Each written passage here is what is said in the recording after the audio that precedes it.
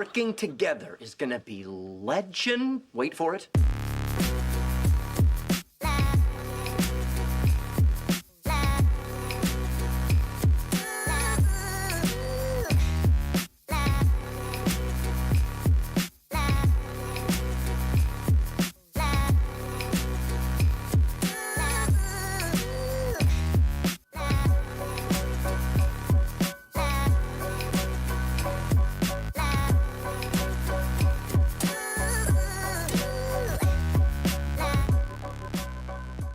Hello, everybody, and welcome to another episode of Zero Life, a weekly nerd culture podcast. My name is Sean, and with me, of course, is B. Nandler Chung.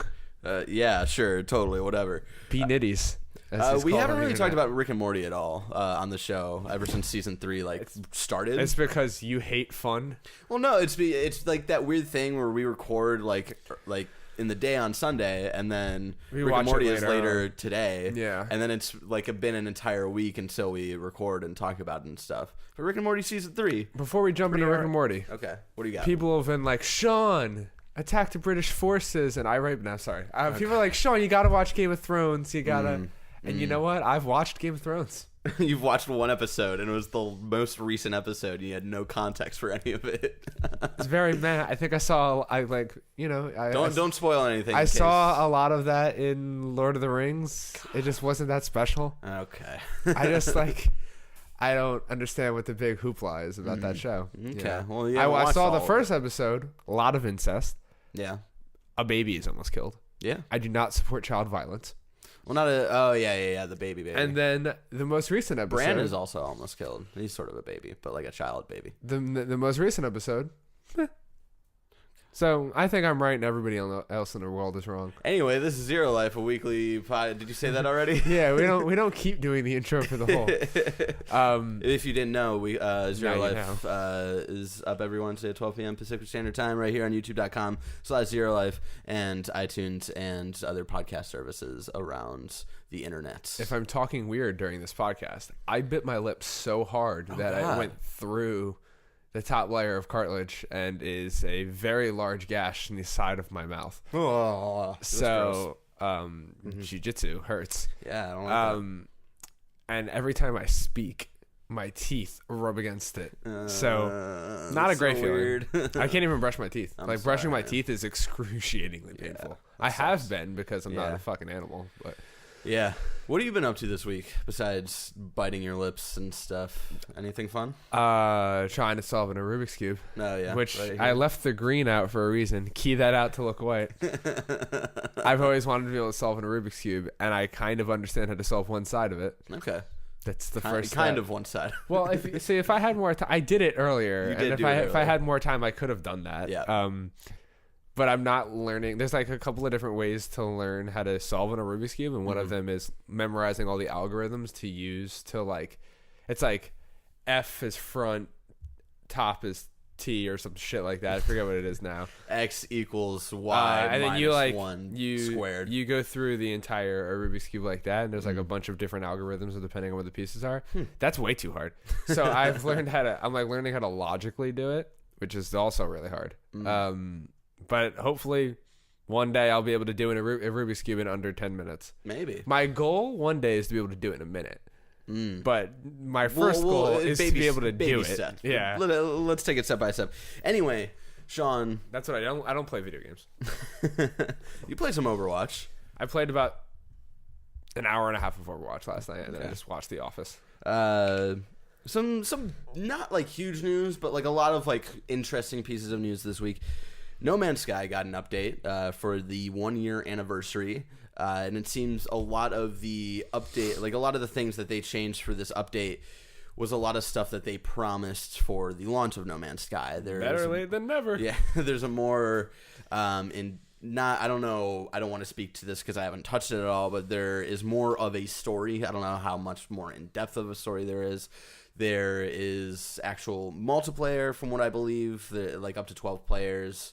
Can like join into each other's game, and some little tweaks and turns and nozzles and buttons and shit from all in between. So How do you feel about this, and do you think this is gonna sort of bring No Man's Sky back?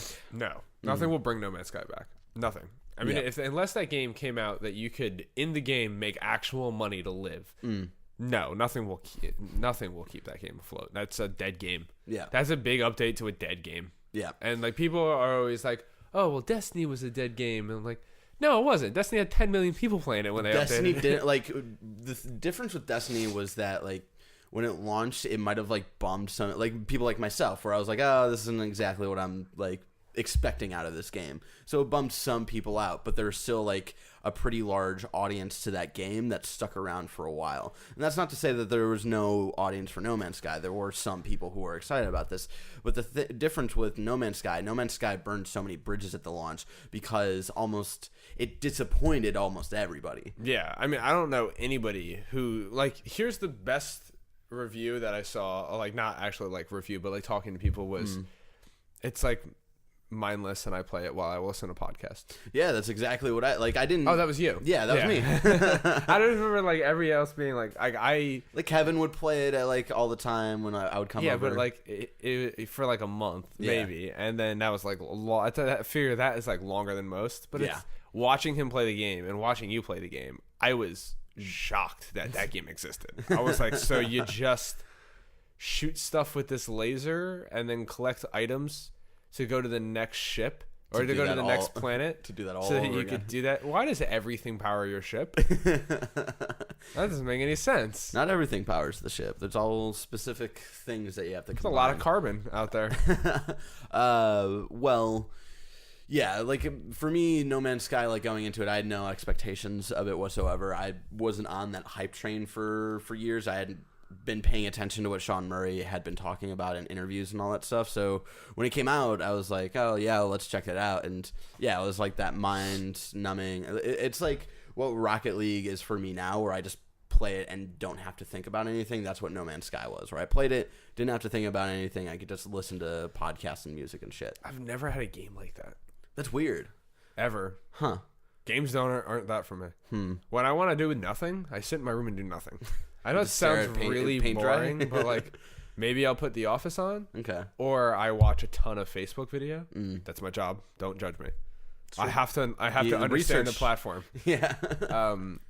Yeah, like when I want to do nothing, I just do nothing. Or I'll like sit outside and like scroll through Instagram. Okay. I might just be mindlessly. Instagram is your outside, like being outside sort of social media, and Facebook is inside. Well, because I don't want people seeing that I'm watching Facebook video. Okay. I'm not 100 years old. But yeah, I think it's weird that they decided to keep going with this, like, especially a year out. I think it's not. I mean, that is the only game that studio makes. It is the only game that studio's ever made, and it was a dumpster fire. Well, it's not the only game that studio has made. They made a really small title before this. I didn't know that. Yeah. I was going to say, that's pretty shocking to me. But I feel like if I was them, I would probably want to salvage, like, that game shipped, and it was not the vision that they had for that game. No. I think that's pretty clear. Yeah.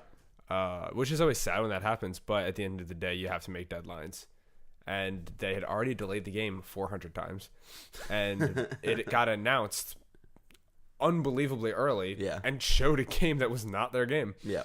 Which you never should do. It was definitely it was definitely not a version that of was the in the game. age where like people were showing vertical slices all the fucking time. And it was like Watch Dogs was doing that. Yeah, they were showing vertical games. But at least like Watch Dogs was kind of the graphical fidelity of the first trailer of Watch Dogs is way higher than the actual game. But the game is generally that. It's true.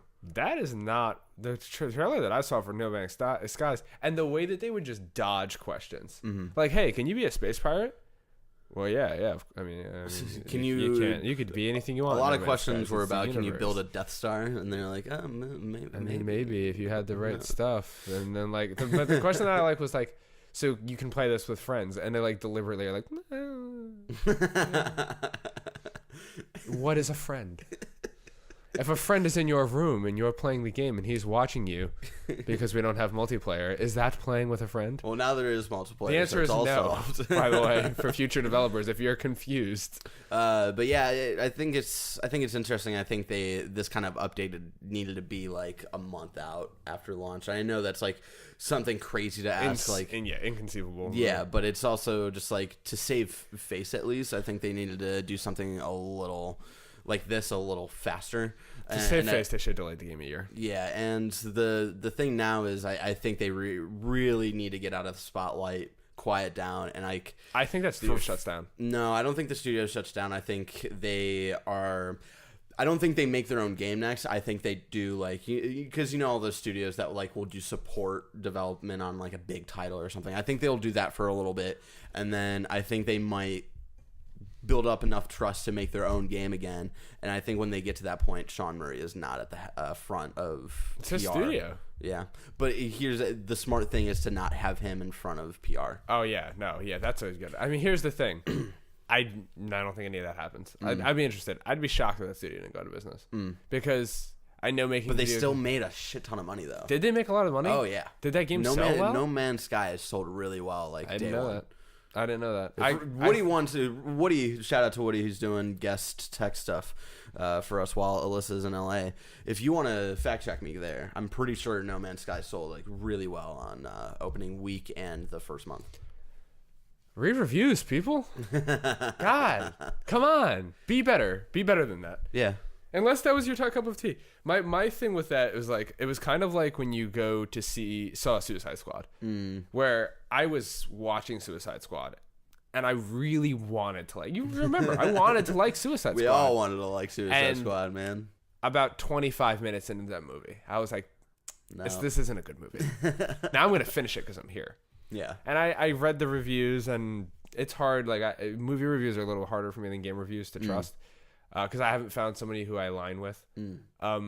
So as I was watching it, that was like what it reminds me of No Man's Skies, because it was like going up to it, and because people defended Suicide Squad, like fiercely. Yeah, I remember being on Facebook and being just destroyed by people who were talking about Suicide Squad, and I was like, this movie's not good, and people like typing me books about why it's like this is the best Joker, or like, and that's an argument that I've had.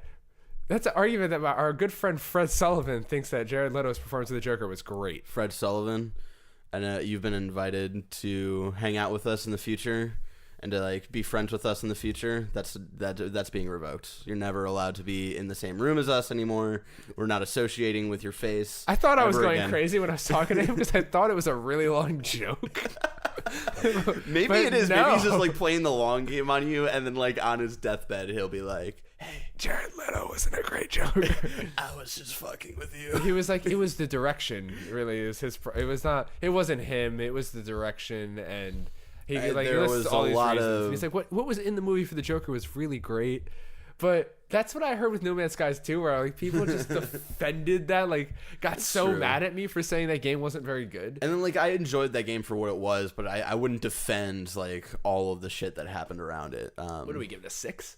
I don't remember. I think we gave it like a 6, and people were like furious. I don't remember last week, to be honest. Anyway, let's stop talking about No Man's Sky because that game's in the past, and we want to talk about the future, possibly the future of Nintendo, possibly getting sued over the design of the Switch. I thought you were gonna I thought you were going to talk about Super Meat Boy being released, and I was like, that doesn't count. That doesn't count as the future. That game can vote.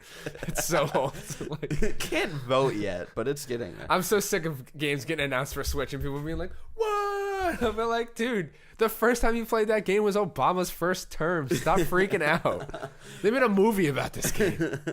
But yeah, Nintendo is possibly getting sued over the design of the Switch. I think it's very interesting that like it took forever for this one company who made a Android like a game sort of box thing to put your Android in to like play mobile games on the go and stuff. And I think it's a very loose argument of like the design, and I think it's also very like convenient that it took this long for like the Switch to get it sued over something. Because like if it was true that like they had stolen the design, wouldn't we have heard about this like When they unveiled it? Yeah, when they like revealed it and all this stuff. So it's just like, I think just because of how well the Switch is doing right now and how much popularity it has, I see just random people like in public playing it. I saw like a woman with a bunch of her kids, like probably not a bunch of her kids, but like 2 kids in her probably like 40s to 50s playing on a Switch. And it's like general like people are playing this thing, so I think it's because it's gotten to that level. People are like, it's nostalgia, a lot of it. Yeah. Like, Absolutely. Because being able to play Mario Kart in public is a huge thing, and I initially underrated how powerful that would be because I always underrate nostalgia because I don't feel very nostalgic. Nostalgia is very powerful. It is powerful, and I do things for nostalgia's sake only. Hey, but you said doo-doo. Yeah, I've been trying to watch my language on the podcast because I've been trying to curse less, but this smells like bullshit. Like, everything in my body is like they're just trying to grab, like, yeah. I just don't feel like this is gonna have any legs. Is your mic still working? I think so. Woody, can you hear? Right, we're getting a thumbs up. So he's not. He's just nodded his head. Don't put that on Woody. Yeah. I just feel like, yeah, if this was really a big deal, it would have happened way earlier. Yeah. And there would have been. I haven't looked into this too much. Yeah. I just read it and thought to myself, I had that idea too. I thought it would be really cool to be able to play my PlayStation on the go. Yeah. It wasn't. The Vita came out. No one liked it. But I mean, I liked it. But I mean, yeah, like everybody's had this idea. Their If there's design actual- of like this portable thing looks like almost every single sort of portable gaming device. It's like, oh yeah, that doesn't look anything special. Like the specific thing was like the Joy-Cons. Like that is like the one unique thing like the Switch has. So it's like where you can detach the controller. So I don't know. Did the other companies say that they did that? I think so. Yeah. I don't know. It's still not enough for me, unless the damn thing says Nintendo on the side of it. Yeah, Like, and it's like, I don't know. It's a loose argument. We'll see. We'll keep you guys updated if Nintendo on our goes out of takes. business, I'll let you know. They gotta pay out billions of dollars. Anyway, Super Meat Boy is coming to the Switch. Yeah. Cool. Next story. Hey, come on. Super Meat Boy is super rad. You're right. Yeah. It was a great game when I played it. But like, it's one of those things. It's one of those games I think that you can go back to every couple of years because it's so hard. Especially in those later stages and all the like underworld versions of every stage. Like that is one of those games. Even if you do beat it, like you can go back to it just because it's so hard and like you're still gonna have to struggle with it. You know, Super Meat Boy is the one that beats you. Yeah. You don't actually beat that game. I spent a lot of Saturdays in high school over at my friend's house. We bought a portable like punching bag just for that game because we would get so mad and we would just like I need to control your emotions. I don't punch things unless they punch me first. Yeah. No, that's actually not true. I've broken many a controller playing Gears of War. Exactly. So don't. I threw a controller through a wall and I got man. stuck in my wall on the other side and we couldn't get it out. About the 4th time I broke a $60 controller, I thought to myself, you have to be better than this. This is a really expensive habit. I don't know. Super Meat Boy is really cool. I'm excited to play it. They don't have a release date yet, which is I think is like a weird thing to do. Where it's like, yeah, it is an old game, and if you're going to announce that it's coming to a platform, you should announce A date. I don't know. Whatever. For me, for a this is game that's like already been made. This is a non-story for me. But Yeah. I understand how like you Switch folk Yeah. could be like, hey, this would be fun. Please Yeah, make it's gonna games. be really fun. There's a great picture on the internet of it's like a swear jar and it's got like 2 or 3 quarters in it and then it said this game would be better on Switch jar and it's like full because honest to God, if I hear that one more time, I'm gonna kill someone. I get it, y'all like the Switch. Disney is possibly dropping out of their Netflix deal, which I think started last year. They made the deal a couple of years ago. I think it started finally, with Civil War. Yeah, Civil War was the first movie where new Disney movies to come out in theaters would get released on Netflix streaming services a couple months later, usually around the time the DVD would release. And this was an exclusive deal with Disney and Netflix, but now it's sounding like Disney is going to be dropping out of that deal and doing their own streaming service. How do you feel about that? Not great. I mean, here's the thing. I don't watch Netflix for movies. I watch that's Netflix true. for like TV shows and The Office. It's like pretty much my Office generator. Yeah. But I don't know. Companies need to stop pulling out and creating, like, there's too many streaming services. Disney is a powerful enough company to do that, but like, I'm never going to sign up for a Disney subscription ever. There's nothing on there that I would that would compel me to do that unless they made one of those like, things, a Guardians of the Galaxy TV show. Yeah. If they started making their own exclusive content, and here's like the interesting thing, since they're dropping out of this Netflix deal, where do the Marvel Disney or Marvel Netflix shows go? Well, they own them. What he was saying, like Netflix owns those shows. They have the rights to use those characters. Interesting. So they're fine. They're not going anywhere. That's interesting. So it would be interesting to see if Disney does actually go through with their own streaming services, if they would make exclusive type of content for that service, which I sort of doubt. I think like I'm sure maybe they will. I'm sure they will, but it'll be like really small stuff. Like they won't do like huge big things like even Defenders. I think is like too way out of their scope. Yeah, so I think it's gonna be really small stuff. I imagine a lot of like those like Marvel like Disney XD type of shows, like the animated Spider-Man show and like animated Guardians of the Galaxy. Like I think that's the type of stuff that they would make for that streaming service. My whole thing with it is like there's a lot of really great original content on Hulu. Yeah, there's like some great original content on Crackle, I'm sure. Yeah, I don't care about them. Yeah, they're not Netflix, so I don't watch it.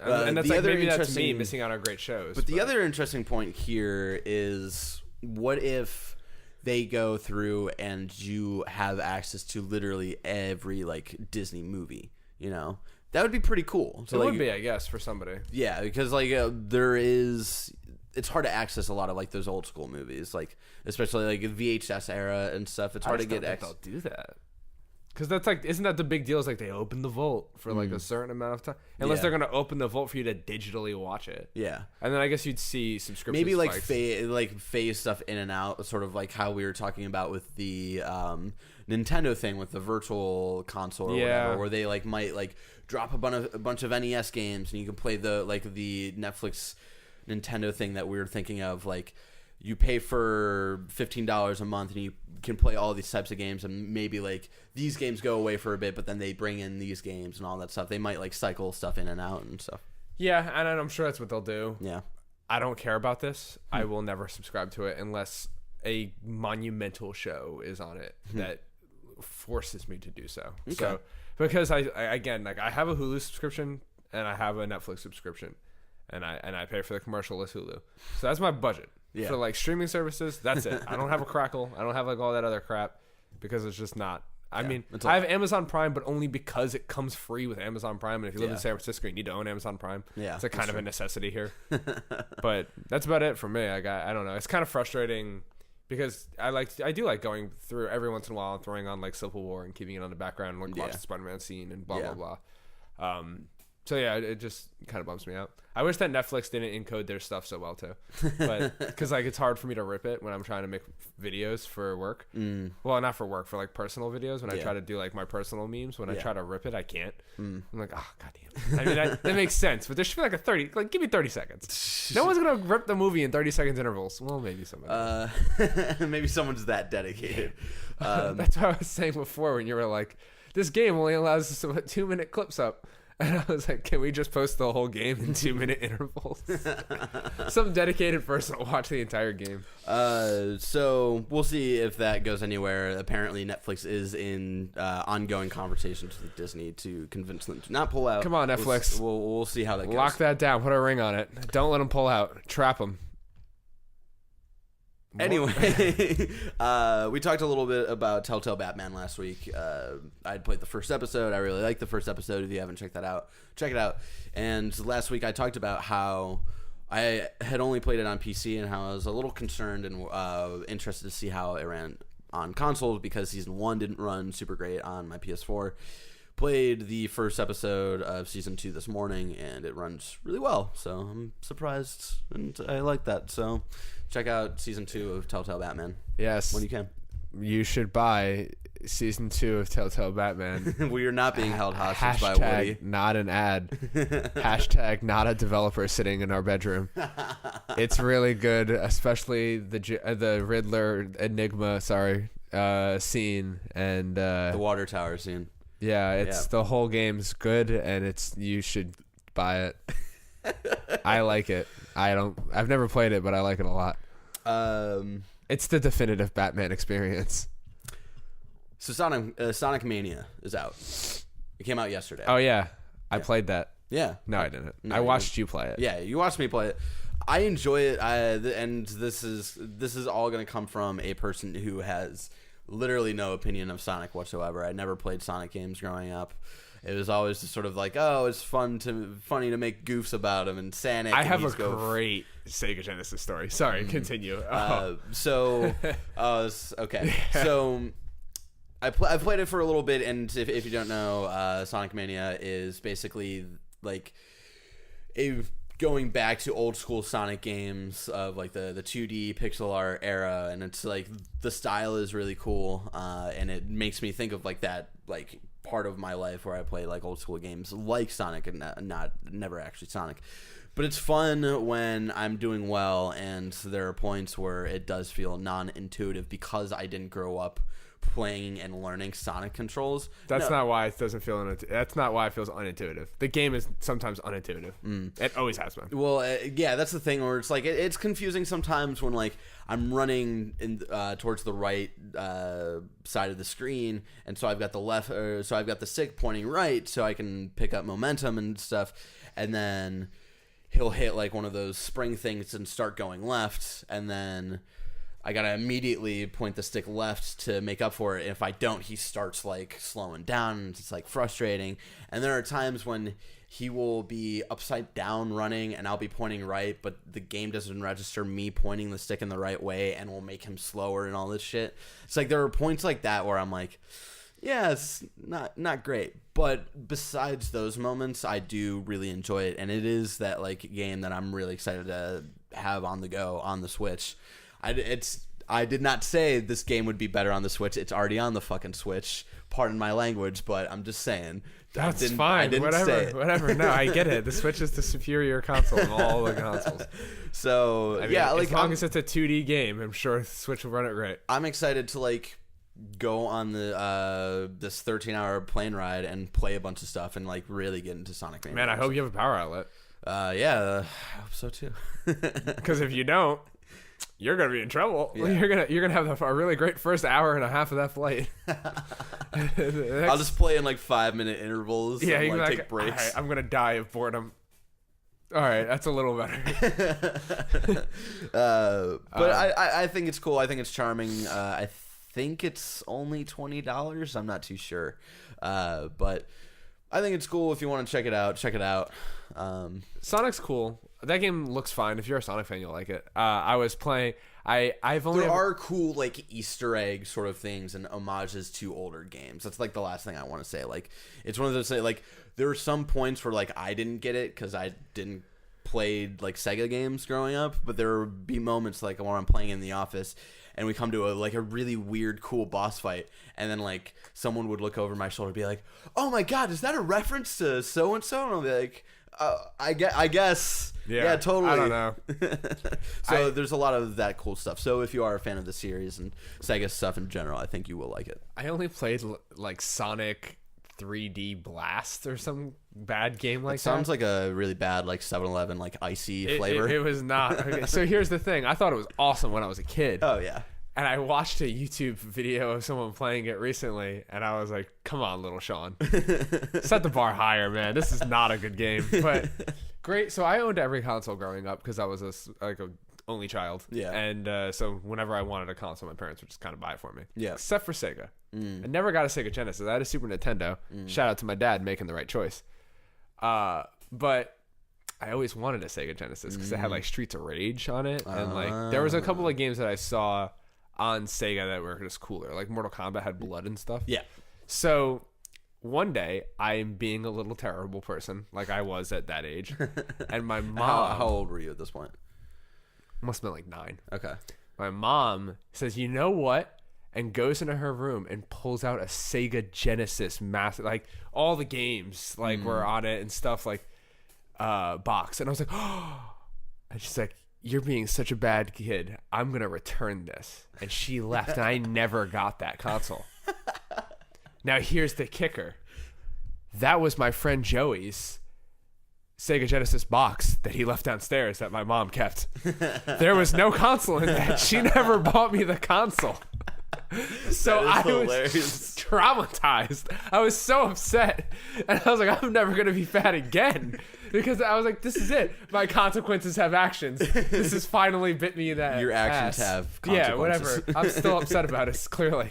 And I remember just being like so devastated. Then a couple, like I think 10 years later, I was like, why did I never get that Sega Genesis? That just seems a bit extreme. So I left a couple of toys in the bathtub. Big deal. That happens when you're getting like, I'm trying to wash up, but Superman's in there. He's looking at me, so I just turned him away so he doesn't look at me anymore. I'm like a weird kid. Whatever. I still take baths. Who cares? And then my mom like busts. I'm yelling with my mom. She throws my Robin action figure out. I get really upset and start yelling. And then she pulls out this Sega Genesis box and then leaves, and I never see it again. I was like, she got to come back eventually with it. I was like all hyped to play Sonic that night. Never happened. That is the smartest thing I've ever heard. Like, God forbid if I ever have a child one day, I got to like hit up like different friends for like just old like new console boxes that they don't need anymore and just keep them in places and just it's smart. Do that. Here's the thing: if we ever have kids, so funny. If we've ever have kids, You a and bunch me? of a bunch. I mean, if I ever have kids, a bunch of things have gone wrong at the same time.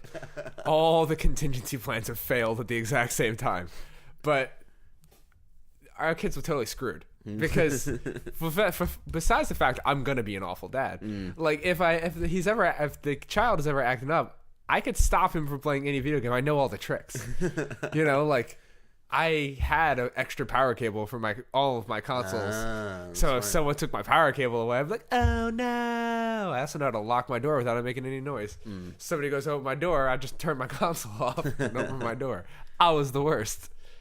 No, you weren't the worst. You're just sneaky. You're just a sneaky boy. I'll never never forget going to my friend's house and seeing two giant bike locks on their N64 controllers, like over the top of them, and I was like, "Damn, that's good." I don't know how to trump that one. Yeah, that's your parents are evil. I don't know. I think the fake Sega Genesis box is up there with that. Is like.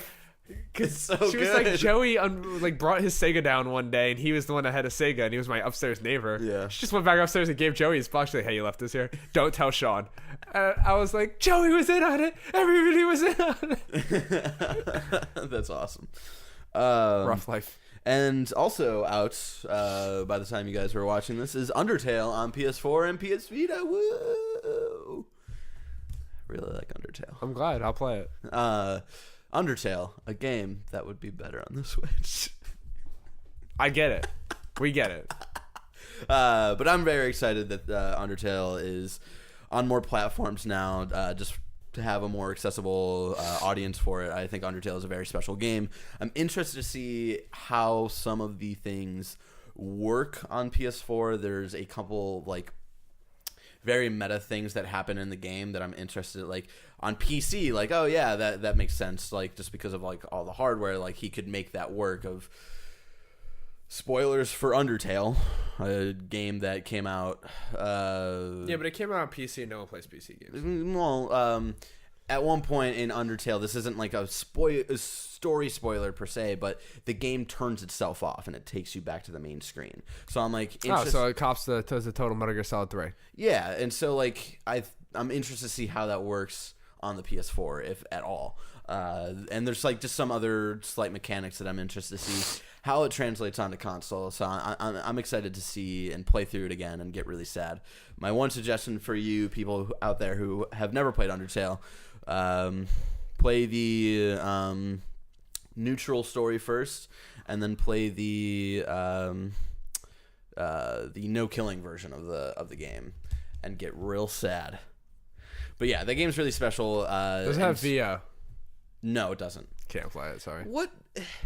You're all hyped always about Mother 3 and Mother and all that stuff. Do you think that game will ever have VO? No. No, it's the type of style of game it is. It's trying to pay an homage to that era of game. I'm not in the mood to read. Oh my god, you're the worst. Anyway. Maybe on the Switch version when it comes out, it'll Yeah. like have subtitles and it'll run for more than an hour. Anyway, That game is really special, and it very much like similar almost to Telltale, like where Telltale is like how you play like changes the way the game works and stuff. Telltale, very great company. Batman Telltale Series 2. They invented mortality. I think Undertale is very much that. Like, depending on how you play, the game sort of adapts to that. If you decide to kill every single enemy, the final boss is way harder than the other two endings that you can possibly get. And this is just a Metal Gear Solid 3 clone. But it's not. There's a boss in Metal Gear Solid 3 that's just like that. It's a very special game. You should check it out if you haven't already. Now available on PS4 and PS Vita. And I'm excited to get my collector's edition. I think that's coming in a couple weeks. Or play Metal Gear Solid 3, also a very good game. Available on PlayStation 3. But will Metal Gear Solid 3 make you cry? Yeah. That's the saddest Metal Gear. Undertale, I think, is sadder. It's very debatable. Very debatable. Metal Gear Solid 3 is legitimately, like, traumatizing. Okay. Very sad. They invented sad. Okay. Again, I didn't know that you invented No sad. one was sad before Metal Gear Solid 3. Anyway, Undertale, out now. It's really cool, and it's fun and sad. What's up? What else is up? Nothing else is up. Now it's just time to talk about... Someone asked us to rank every sitcom from the 90s. Like, every... Yeah, I did see that. That is a really good topic that we should totally do. Yeah. That's Spoilers. That's gonna take a while. Seinfeld is number 1. Oh, yeah.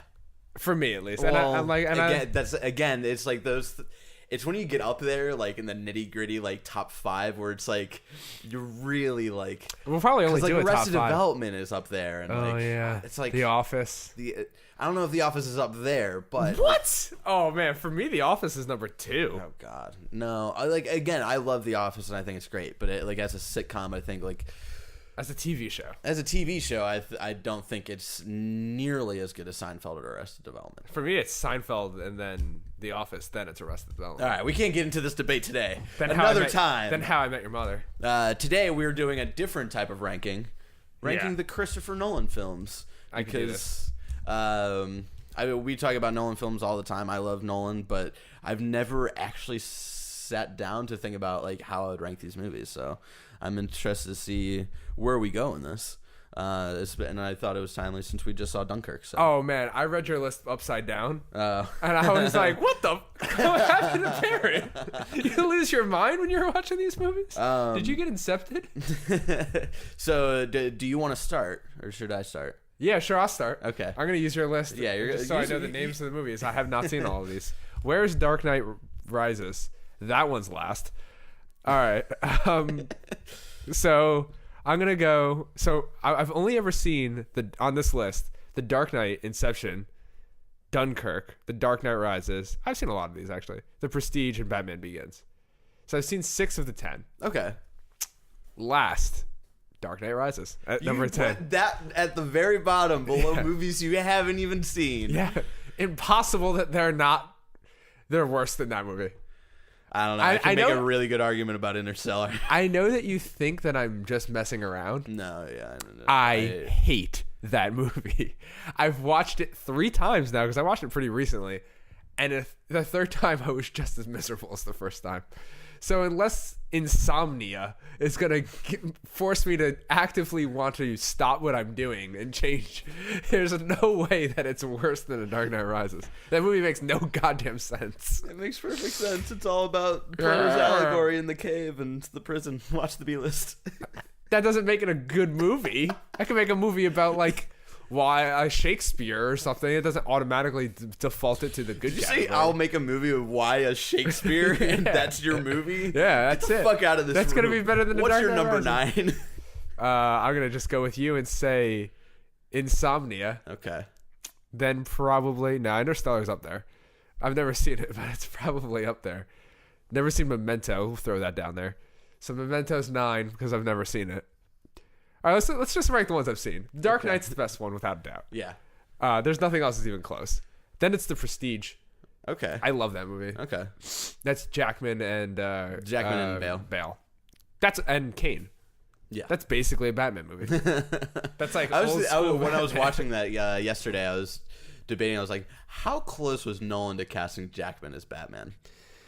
He would have been a bad Batman. Yeah, that you can't because he's Wolverine. You Yeah. can't unsee that. He'll be like, the night needs me. Wrong one. Sorry. Where is he, bub?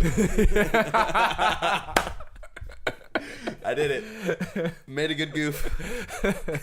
Like, do you want to be able to turn your head, sir? No, I like these claw things. I don't know. I saw it on the internet. Hold on, let me draw it for you. They're bat talons. Sir, bats don't have talons. That's owls. So Dark Knight is the best one. You know what? No, I forgot Inception's on that list. Dark Knight, Inception, Prestige, Batman Begins, Dunkirk, and 10 Miles of Shit, and then Dark Knight Rises. Okay. That's my list.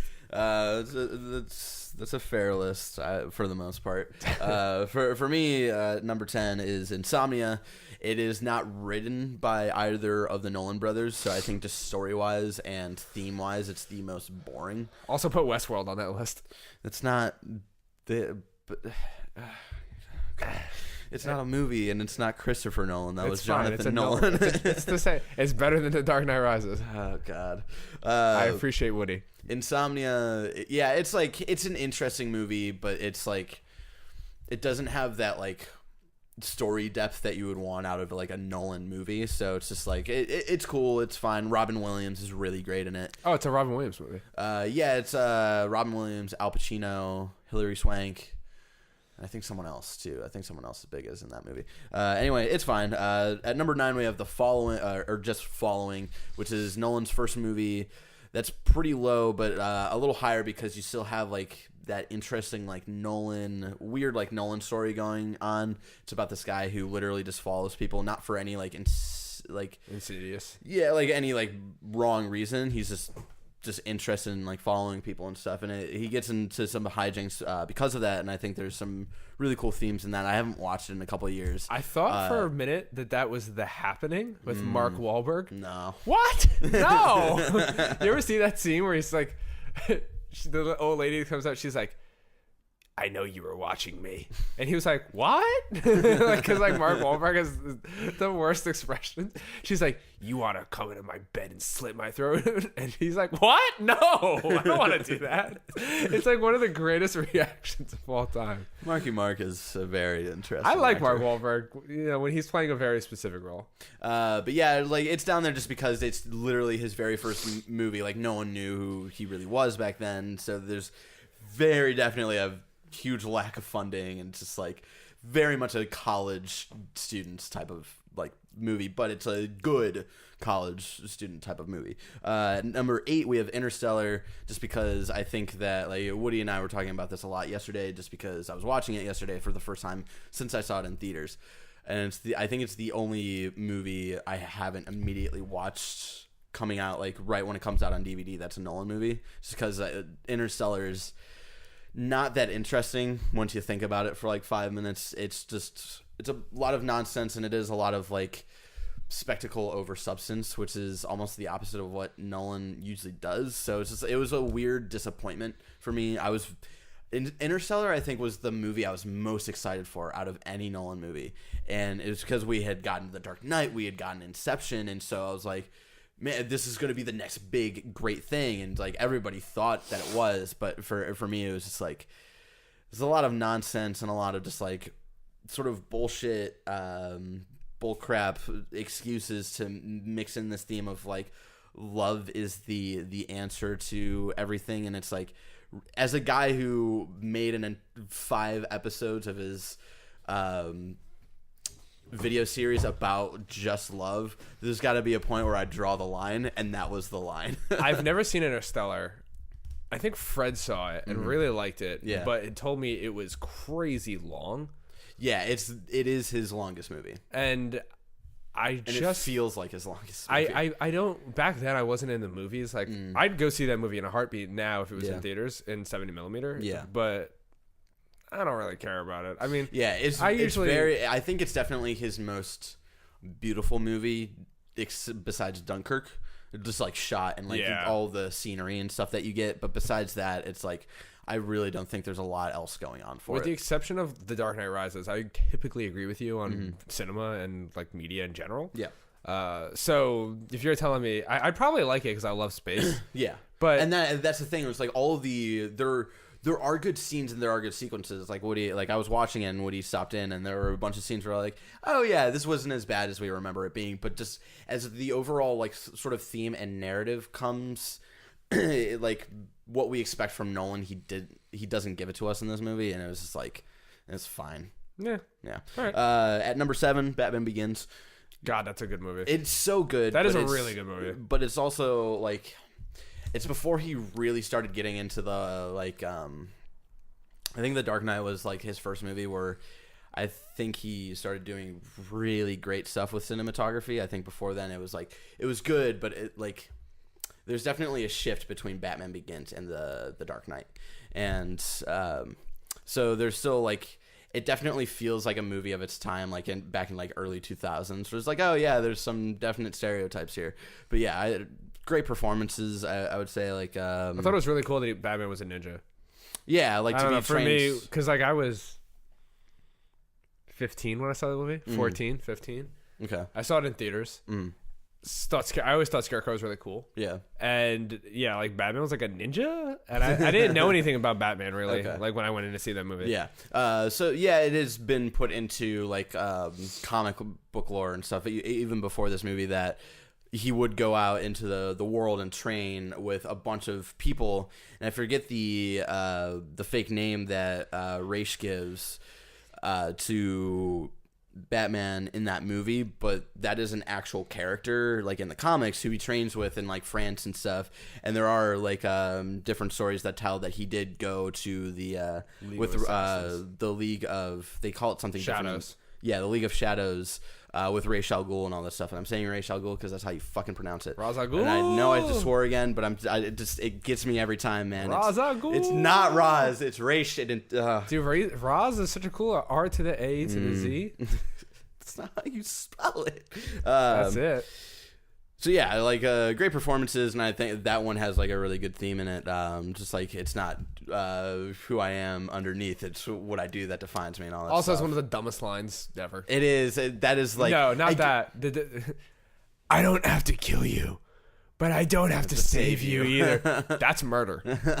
You are letting that man die, Batman. And he, I mean, it's also before he finds the Batman voice, so he's actually still like watchable. Yeah, and it's the thing with that. Like, I think for him, it was one of those things that he is too dangerous to be kept alive, sort of moment. So no, yeah, I understand though why. They do it. It's just a really dumb line. Yeah, and I think that's like because of the age of comic book movies we were in, it does get bogged down by some of those like really cheesy, like dumb stereotypes from that era. 2006, I believe that's the same year. 2005. 2005. Yeah. I think that's the same year as Fantastic Four. The last Catwoman came out a year before that. Woo! Yeah. What a time to be alive. Yeah, dude. What a time to be alive. And then the next at number 6, The Prestige, which I finally finished yesterday. I've started that movie twice and I never finished it. I like the movie a lot. I like it. It's one of those movies where I like the sort of overall theme. It's not really like a mind bend or anything throughout the movie. No, it's more of a gotcha. Not at the end of this, like this is what was really happening. I mean, sort of, but like the two gotcha moments for The Prestige, it's like, yeah, he did have a double the entire time, and the double was his brother or whatever, and they were so dedicated and all this stuff. But I was able to sort of tell that, like, right after they have the conversation of like, how does he do the ball trick and all this stuff? Like, how does he do it? I figured it out when Michael Caine kills the bird. I was like, oh, that's how they do it. Yeah, so I was able to pick it up then, and so I picked it up really early, and then like the whole gotcha moment with Hugh Jackman where he's making clones of himself was like not really a gotcha because they explained it very, very well at like 3/4 into the movie. So there wasn't really, for me at least, like a big gotcha moment. It was a gotcha to each other, like to those two characters, and that was cool. And I do like the movie because of like the sort of in any industry that you see, and like it pulls to me from sort of a theater stance of like people who are naturally gifted at a talent and people who have the drive to try to be good at a certain talent. And so it was a sort of relatable like story, even though it was about like weird magic stuff and Tesla and David Bowie and whatnot. He was really, just for a second, David Bowie, rest in peace. You're great. We miss you. We love you. He's great in that movie. Okay. I don't remember that movie that well. But yeah, like it's cool, but it's not like it didn't blow me away by any means. Like I enjoyed it, but it wasn't like, holy crap, I need to think about this movie for hours and hours on end, like I do all in other Nolan movies. Like Inception. Number 5, The Dark Knight Rises. You can see my stance on The Dark Knight Rises in the Dark Knight Rises episode of the B-List. I don't want to say anything more because I've said so much. I've said so much about that movie that I don't want to waste any more time. When they drive in the tunnel, it is clearly daytime, and when they come out the other side of the tunnel, it is the middle of the night. That's all I'll say. And we're gonna just pretend like that's a good movie. Number 4 is Dunkirk.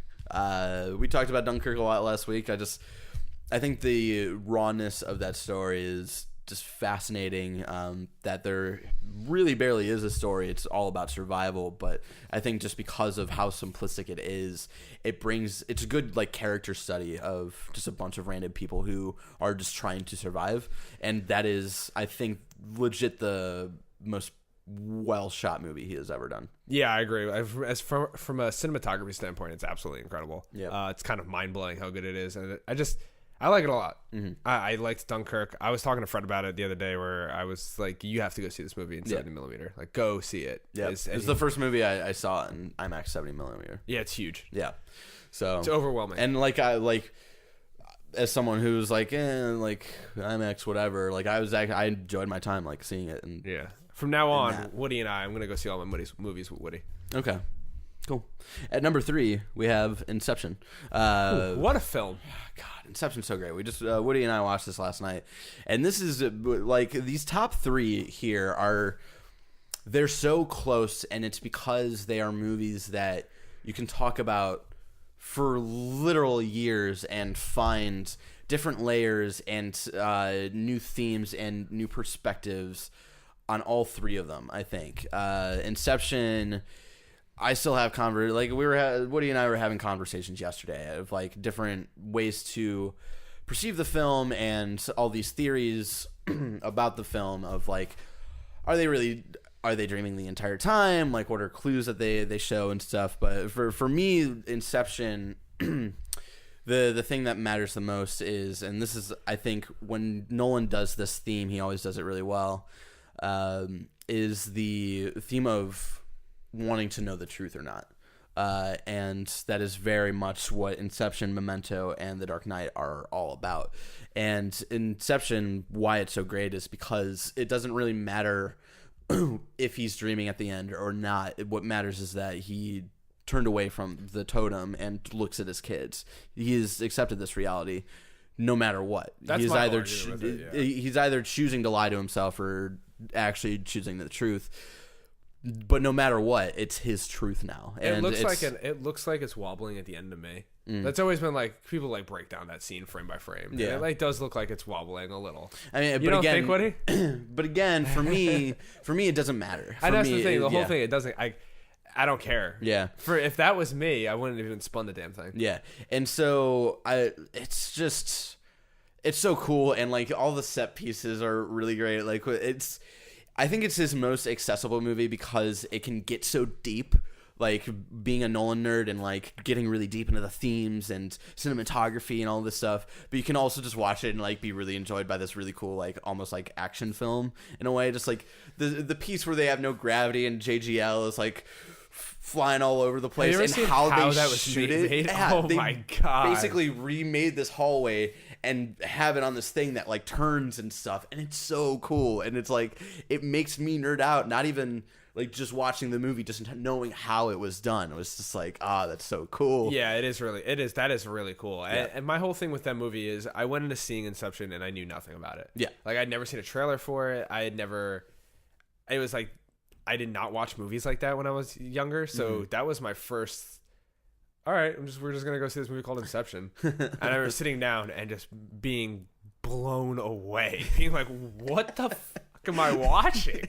Oh my god. It's like I really believe that like every generation has like that big like movie that like sort of changed, like definitely like did like influenced a lot of that generation, like a lot of Hitchcock movies back in the day and a lot of Kubrick movies back in the day. And I think like Nolan definitely is like our generation of like pushing filmmaking, and I think Inception is the like key mark title for him. That it's a lot of people's first Nolan movie, like that I know, where it was like, well, I think it was a lot of people. I think Inception was a lot of people's first Nolan movie, knowing that it was a Nolan movie, because when people would see Batman Begins, they didn't know who Nolan was. Like, yeah, he had done all these other movies, but he wasn't a name. And like when they went to see The Dark Knight again, Batman Begins didn't give Nolan a name. The Dark Knight was the movie that gave Nolan the name. So I think Inception came out after Dark Knight, so people were like, "Oh, that's the guy who did that movie." Like, okay, totally, because that movie is fantastic. So, Inception. I can't say enough good things about Inception. Yeah, Inception. We could talk about it for days. Like I said, number 2, Memento. I don't want to spoil like too many things, so I'll just talk about like general stuff here. It's like Memento, again, that theme of choosing to lie to yourself or choosing the truth is done very well, and the editing in this movie is just awesome. It's just really well done. The general synopsis is basically this guy has a mental disability where he can't create new memories ever since he got hit on the head. So the way the film is edited, you almost experience his disease of like every scene starts and he has no idea like what's going on. He's like, I forget why I'm here. Like, let's go through this scene then. So you have no idea what happened before. So it's kind of like a dream where you never remember arriving at it. It just kind of picks up somewhere. Exactly. So like the way it's edited, it's like almost backwards of how you perceive it. It's like you basically see the end of the story and then the scene before that and the scene before that. And so you never know what happened before. So like the entire movie is all about picking up the context of what happened at the very beginning of the movie. And it's really cool. And that's another movie that I could talk about literally for days about theories and themes and editing and all that stuff. It's just Memento is like not top 5 Nolan movies, but like top 5 movies of all time for me. Oh wow. Yeah. I want to see it. I just never got around to it. And then number 1, Dark Knight. Dark Knight's just, it's that movie, man. We've talked about Dark Knight a lot on here, but really, like, I genuinely believe Dark Knight is one of the best movies I've ever seen. Yes. I mean, I know it's one of the best movies I've ever seen. Yeah. Jared Leto. Sorry, fucking Fred, man. Excuse my language. Get out of here, Fred. Your Jared Leto garbage. Heath Ledger's performance is unbelievable. Yes. It's shot incredibly well. Yeah. I still say if that movie had a different Batman, it would be the best movie ever. And like the interesting thing here is like I thought that all the different angles of how you could perceive that film was like had already been discussed until Movies with Mikey's episode on The Dark Knight. And watching that episode, I was like, oh damn, there's actually still like new ways to look at this film. So that it's still like it does everything right. Yeah, you know. And that one, like, it has the theme of like truth and lies, especially at the end where like Alfred decides to burn a letter and all of this stuff. So it's just, and like them lying to Gotham about Batman taking the blame for Harvey's the people Harvey killed. And recently, God, it's so fantastic. I'm honestly glad that they recast who played the first Rachel. Oh yeah, no, Katie Holmes. Yeah, and they got Maggie. She's great. Yeah, in that movie. I really like Maggie. What's her face in that? Recently, The Nerdist had Kevin Conroy dub over the last scene. Did you see it? Oh my god, yeah. It's like Kevin Conroy and the guy who just voiced for Gordon. A second, I was like, this is what this movie could have been. This is what we could have had.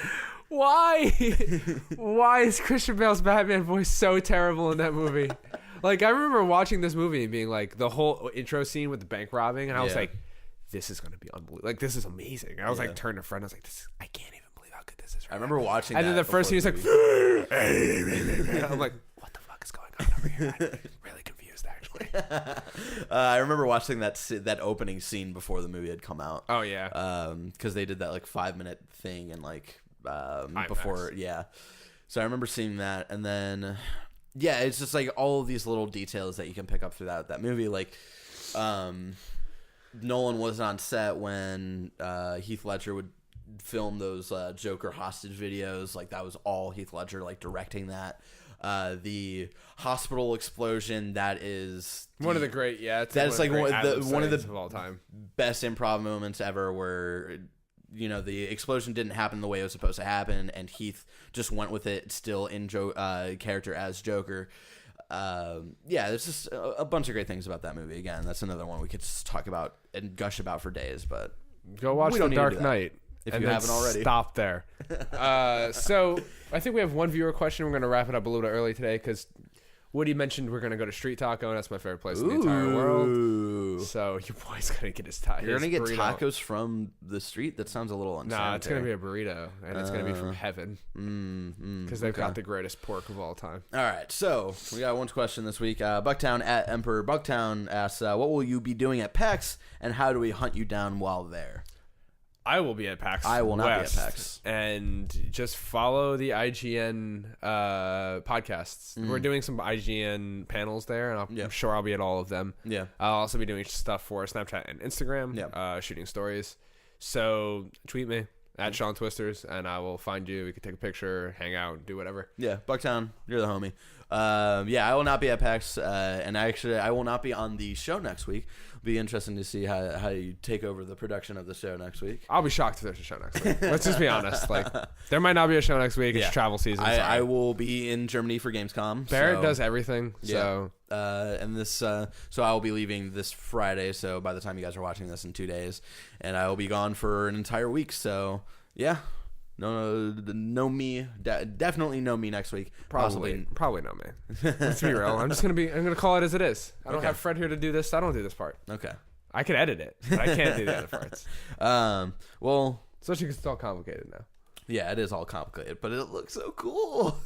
All right. Thank you guys so much for watching. Make sure you guys come back next week. Every Wednesday we go live at 12 o'clock p.m., not a.m. That would be a little weird. Hit that subscribe button, like us, give us a share, tell your friends, rate us on iTunes. Do all the stuff you're supposed to do. Do it. God damn it. Also, just a reminder, we do have shirts that are still up on Teespring. They are. They don't look like this. Teespring.com/ZeroLifeT. We couldn't get Zero Life. I still don't know why. I'm upset about that. Yeah, me too. Make sure you follow me on Twitter. I'm at Sean Twisters. Make sure you follow me on Instagram. I'm at Sean Twisters. SEAN. Follow Barrett on Twitter at Bananler Chong. There you go. I did it. You always correct me when I do it wrong. Because I'm always prepared to correct you. B Nizzles for Shizzles at on Twitter and Instagram. Yeah, I guess that's it. Yeah. I don't know. I usually have something funny to say at the intro, but my lip is killing me right now. Okay, do you want me to close it out? Yeah, go ahead. All right. Well, thank you guys so much. Hit the music!